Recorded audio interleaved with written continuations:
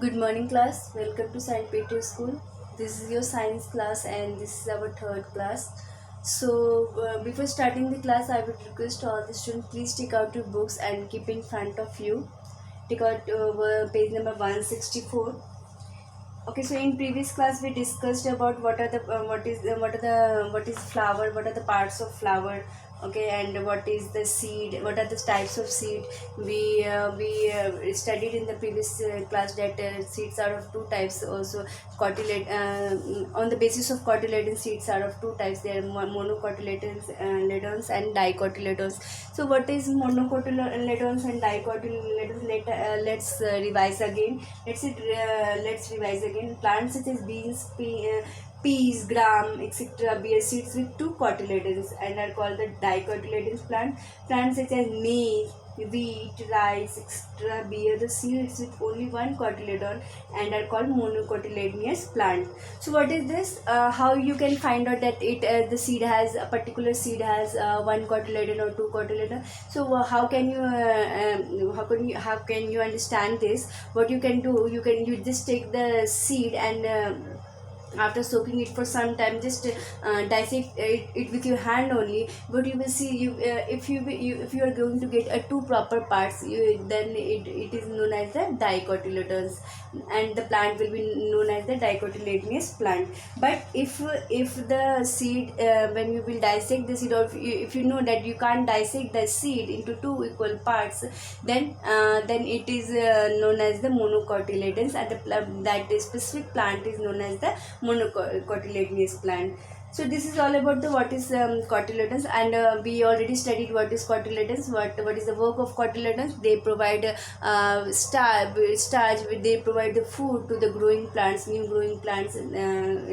Okay, and the first small plants comes out of the cotyledons only. In previous class we saw that the first baby plant comes out of the here only. So first baby plants comes out of the first leaf comes out of the cotyledons only. Okay, so that's why the very first line it is written that cotyledons forms the first leaves of the plant. Okay, now come to the next topic. Dispersal of seeds. Now what is dispersal of seeds? Very important topic of this chapter. What is dispersal of seed, and very important to understand this, what is dispersal of seeds. Okay, so a tree produces many fruits and seeds. Yes, we all know that trees are not having a single fruits, and they do not bear a single seeds on their plant. They carry a multiple fruits and multiple seeds, right? Okay, so if all the seeds fall close to the parent plant and germinate, they will not get enough sunlight and oxygen. Now what is the point over here is, okay, so assume that it is a plant. It is having a fruit, and it falls down the over here. It will rotate here. The seed will fall on here only. Then after getting sunlight, the plants growing here. But then the sunlight will fall here, but few sunlight only fall here, right? That seed will get a very less amount of sunlight, very less amount of nutrients, as it is very close to the parent plant also. So might be they will not get their roots are very, like, their roots are scattered over here, so plants might be not get the proper nutrition, right? So if the seed will fall very near to the parent plant, then if that particular seed try to germinate, it will not get a proper, all the nutrients and all. So it is very then what happened, that then we cannot get lots of plant varieties of plant all over the world, right? If at the single point all the seeds will fell down, and the plants started growing there, and every plant will after some time get die, right? So every time nature stands for the organism, every times there is lots of adaptation done by the nature. Nature helps all the organism to adapt the and survive the given environment. So with the seed also, nature help them to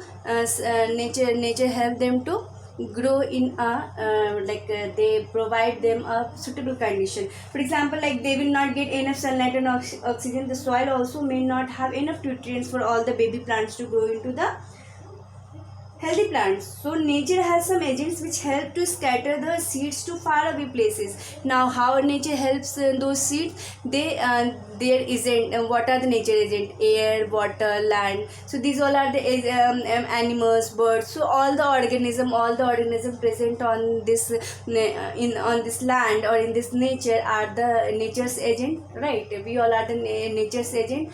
So nature's agent also help those seeds to scatter all over the area to grow properly. Okay, so this process is called only the seed dispersal. So what is seed dispersal? Seed dispersal is the process of scattering of the seed into the different area is by the several type of agent of the nature is known as the seed dispersal.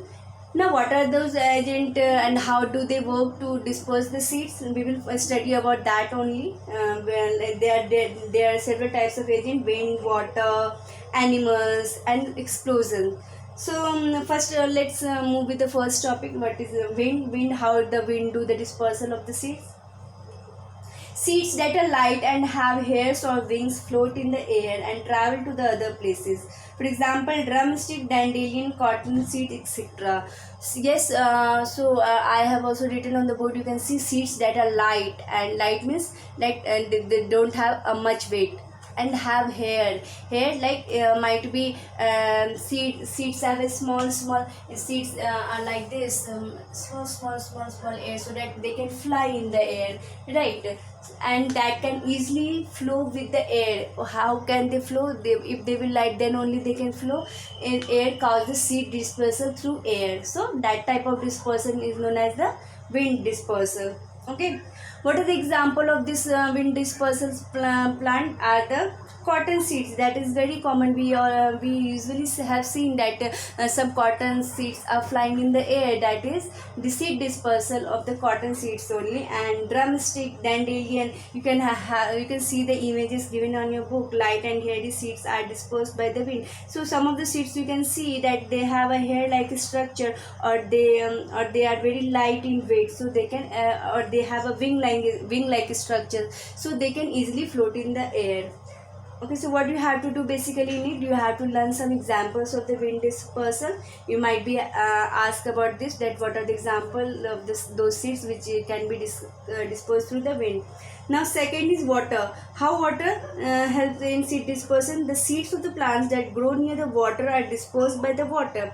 The seeds of the water lily and lotus are spongy, and coconut has a thick layer of fiber which helps them to float on it for a long distance. So we have seen that most of the time like in the most of the worship also we used to float the coconut in the water. So what we find that coconut can easily float in the like dry coconut can easily float in the water. So the coconut trees are usually found near the water only, near the bank of the river. So what happens when the coconut falls down and it goes into the water and it dry for some times, and after that it started floating from one. So it started floating with the water and it goes to the other part of that river, and might be there it gets started germinating into a new plant. Okay, so this is called the dispersion through the water. More example are the lilies, lotus, that is found in water only, and they have a spongy seed. They are very light and lightweighted, and they can float in the water also like air. So spongy seeds are also light, and they can also float in the water. So they all the wind dispersal also and the water dispersal also, they have the seeds are having a light weight. Okay, and you can see that the seeds of the plant that grow near the water are dispersed by the water. The seeds of water lily, lotus are spongy. We already discussed it. Coconut has a thick layer of the fiber which helps them to float for long distances. So in this way this seed dispersion occurs by the help of wind and water. You can see the image of coconut seeds are dispersed by water, and the image is given how the dispersion occurs. The seed coconut falls in the water and it flows with the water to the other area.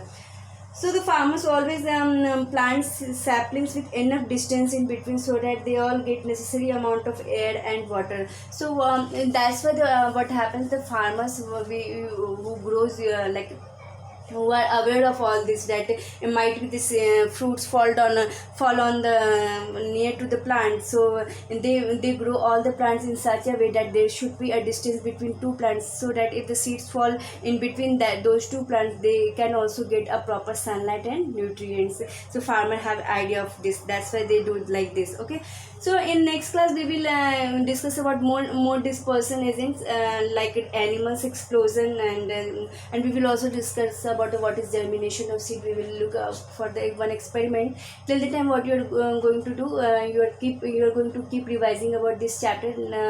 Okay, so we are soon going to complete this chapter, and after completing we will discuss about the questions regarding this. Till the time, take care and bye bye.